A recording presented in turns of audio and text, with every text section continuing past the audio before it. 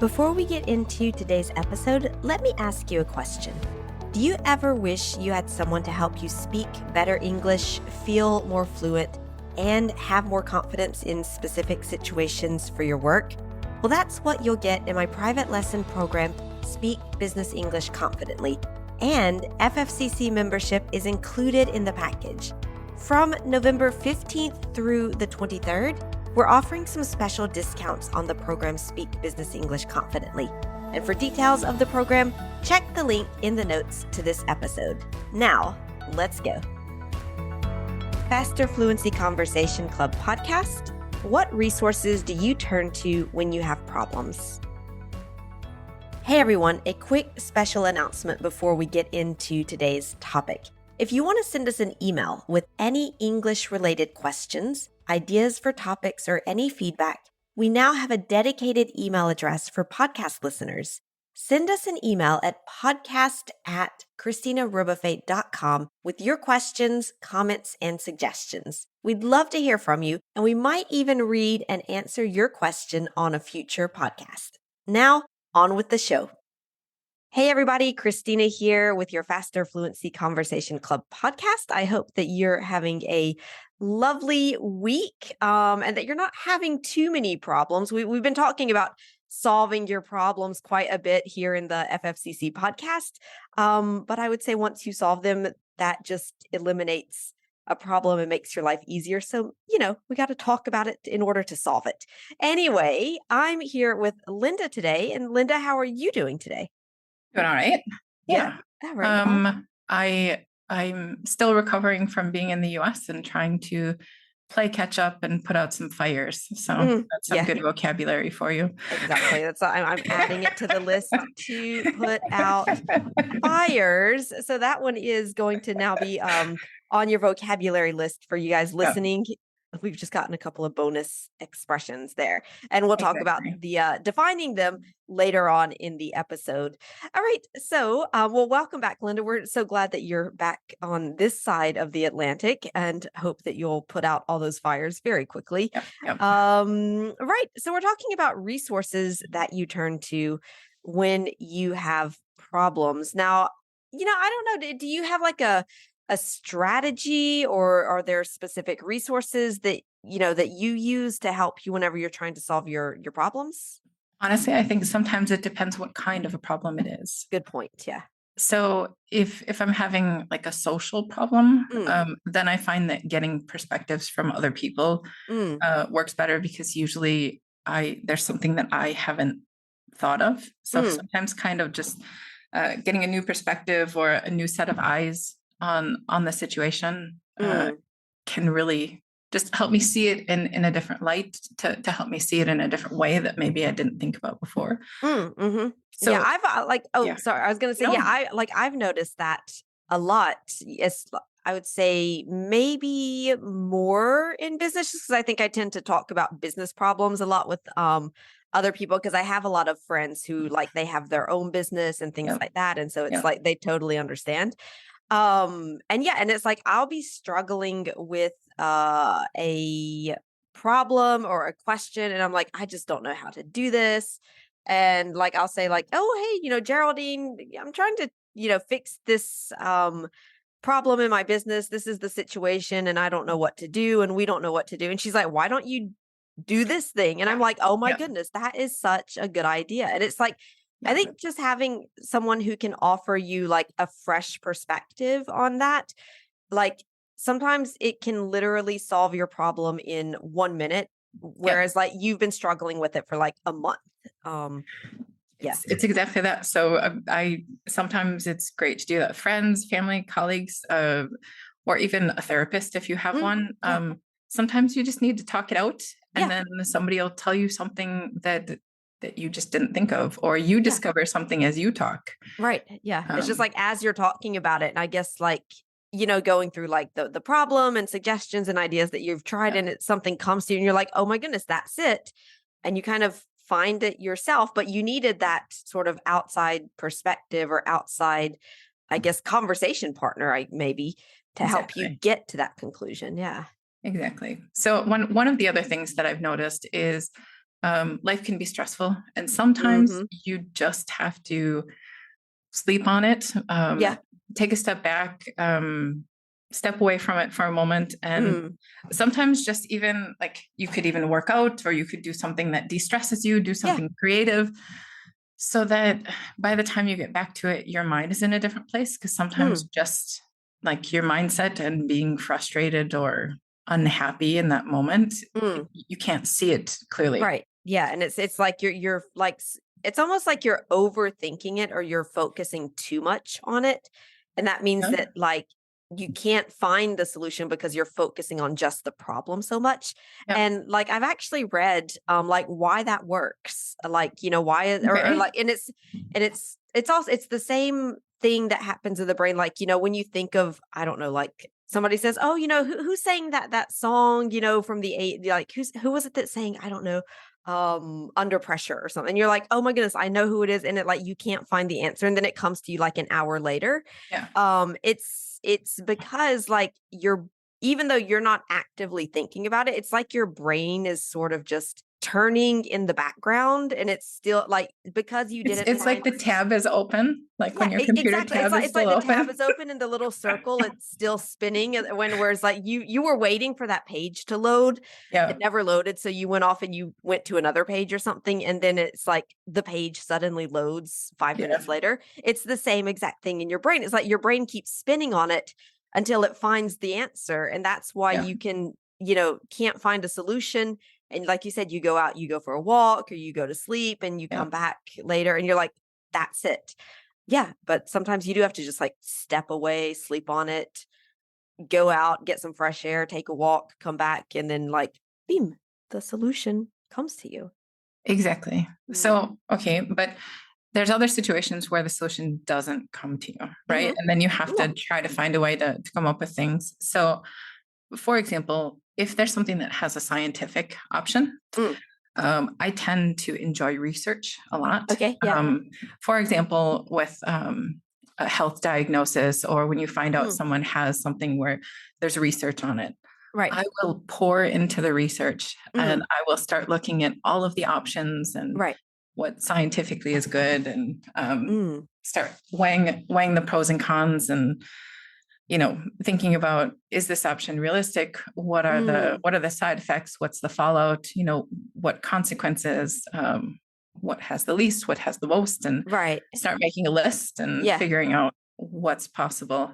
And that's how I deal with things that are outside my control.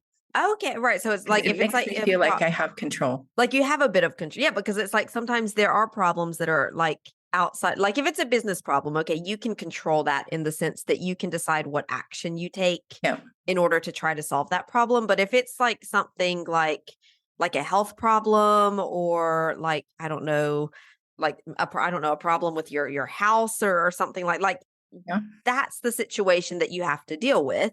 You can't change the situation, but you can, like you said, sit down and maybe weigh up some pros and cons of different, you know, options or different solutions. And at least you've got control over, okay, this is the situation that I'm given.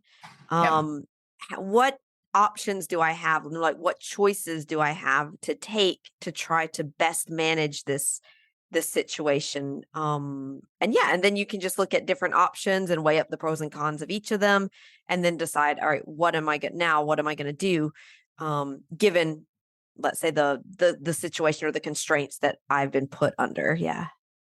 I think that's kind of like, I think I've noticed that like whenever I like have a problem, like let's say I don't know, let's say we create a new program, and we, you know, offer it out to everyone like who follows our newsletter or whatnot. And I don't know, and like we just don't get a lot of signups. Like a lot of people just don't sign up for the program, and I'm like, oh man, you know, that didn't work. And so it's like maybe for a couple of days I'll just kind of be like sad about it. I'm like, but then like it's all like I've experienced this enough now to know myself. And I'm like, and then it's like about 2 days later, I kind of pick myself up and I'm like, all right, Christina, it didn't go out the way you planned. This is not what you wanted, but now what are you going to do about it? And then it's like kind of like you set to work and say, okay, what can I learn from it? What can we do now?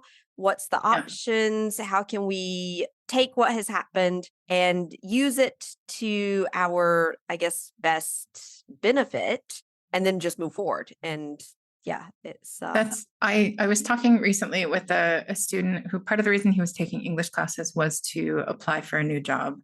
And we had worked quite intensively, like 13 hours in 1 month, even though he was working, and it was rather intense. Right. And in the end, he didn't get the job, and he was really, really sad. He found out that they hired someone from outside, and just like he felt defeated. Right. And I was trying to tell him, sometimes you have to just mourn, like just let yourself feel bad, let yourself feel like something died, your dream died. Yeah. And you have to just feel that pain before you can move on. And I think anytime that you have expectations and things don't go as you expected or as you anticipated or as you dreamed, you have to give yourself some time before you can really enter the problem solving, because until you let go of what could have been, you can't really think about what now needs to be and will be and might be in the future. Yeah, it's almost like there's the emotion that comes from, let's say, this, like you said, that your dream dying, or something going bad, let's say, and you have to you just have to acknowledge and accept that emotion, and like you said, mourn and deal with it for as long as it takes you. And I mean, hopefully it doesn't take, you can get over it in a reasonable amount of time. But yeah, you have to have the space for those emotions before you can maybe put on your logical brain,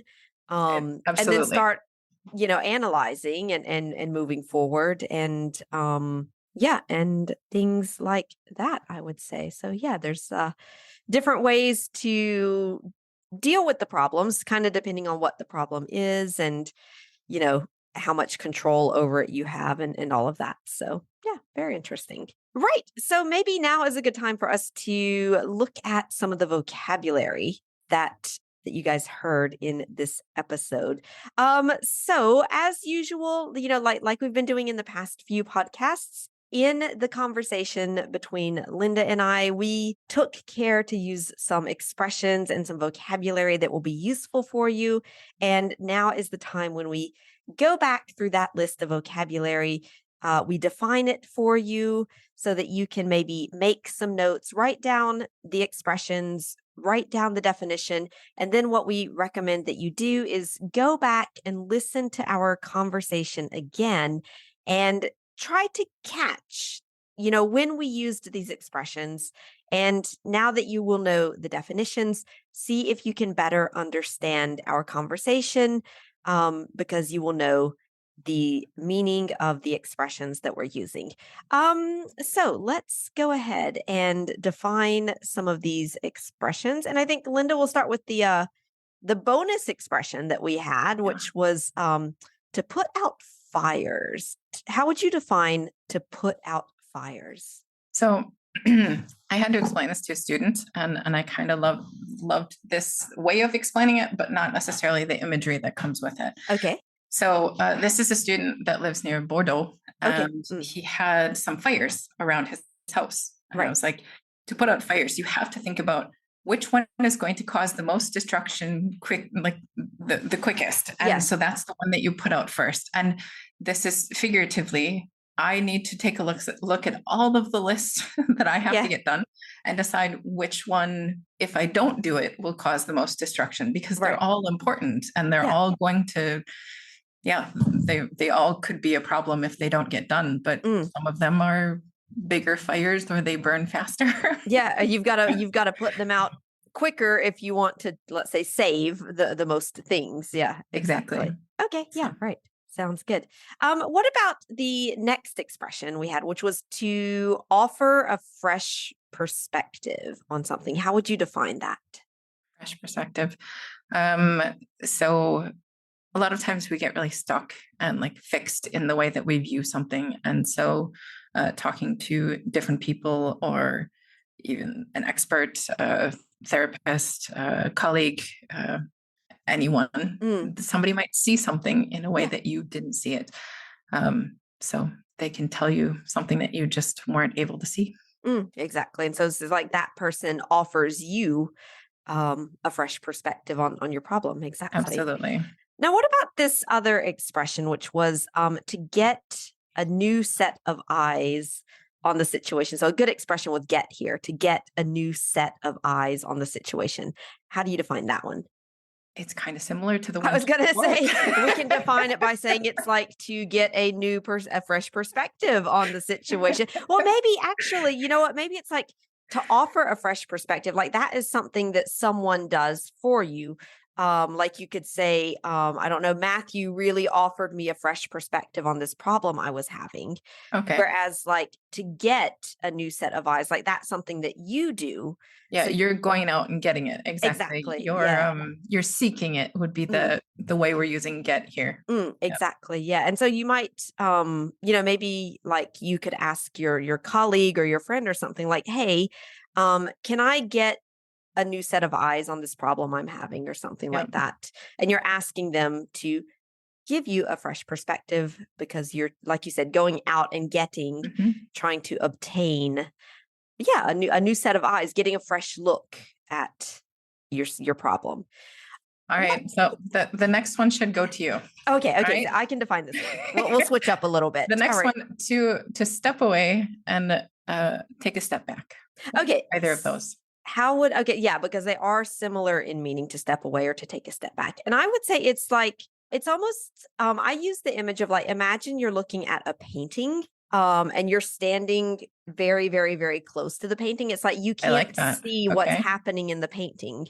So you literally have to step back, like move far away from the painting in order to see what's happening in that painting. And it's the same with your problem. Sometimes you're so in the problem that you can't really see it. And so it's like you have to kind of put some distance between you and the Mhm. problem in order to solve a problem or to find a solution. Yeah. I like the image that you created. Oh, I thank you. agree. Yeah. I use that image for so many things. Right. Let's see. Do you want me to define the other two expressions on our list here? It's your choice. If you have a way, go for it. Otherwise, you can Okay, I'll put it to me, whatever you prefer. Let's see. I'll try this next one, which was to sleep on it. Okay. So to sleep on it, like literally does mean you have a problem. You go to bed at night. You have a good night's sleep. You let your brain relax, and then maybe you wake up in the morning and you magically found the solution in the night if you're lucky, or at least you've given your brain a little chance to relax and to come back fresh and energized and maybe ready to actually find the solution. Yeah. So I'd say it's literally going to sleep without solving the problem before in order to try to better solve it the next day. Agreed. And let's see, our final expression here, to weigh up the pros and cons. And we could also say to weigh the pros and cons, like to weigh up the pros and cons or to weigh the pros and cons literally is the same exact expression.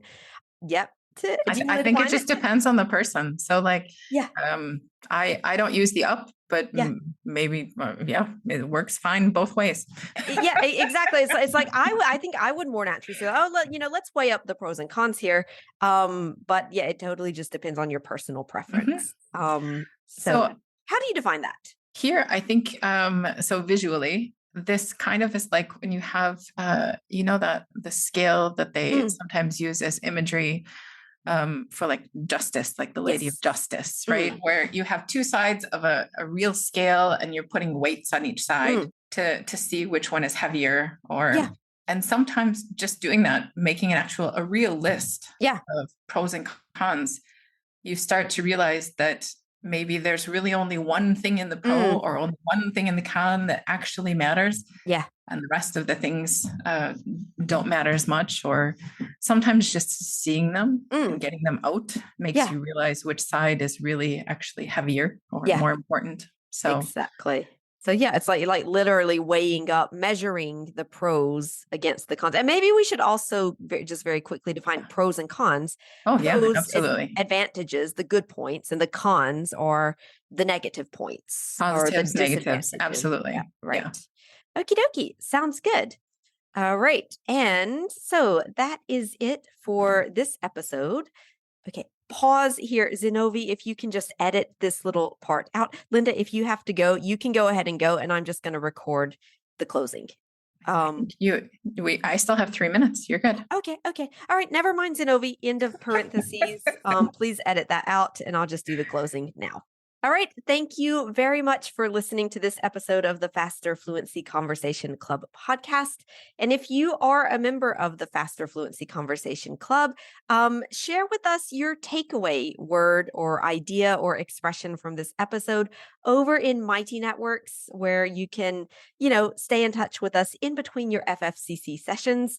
And if you are not a member of FFCC, the Faster Fluency Conversation Club, and you would like to literally join the conversation, improve your speaking skills, feel more comfortable speaking in English, and have fun connecting with people from all over the world, then join us in the Faster Fluency Conversation Club. And all of the details about membership, times, etc., are in the link in the notes for this podcast. All right. Thank you very much. And Linda, thank you. Thank you. We'll get off now because you've got a lesson and I've got a meeting with Janine. So have a good one and talk to you soon. Bye. See ya. Bye. Thanks for listening this week. And before we finish, don't forget that we can also help you speak better English, feel more fluent, and have more confidence in specific situations for your work. In my private lesson program, Speak Business English Confidently, which includes private lessons and FFCC membership. That special discount on the program will be available from November 15th through the 23rd, and there's another big, awesome gift waiting for you. For details of the program, check the link in the notes to this episode, and we'll talk to you next week.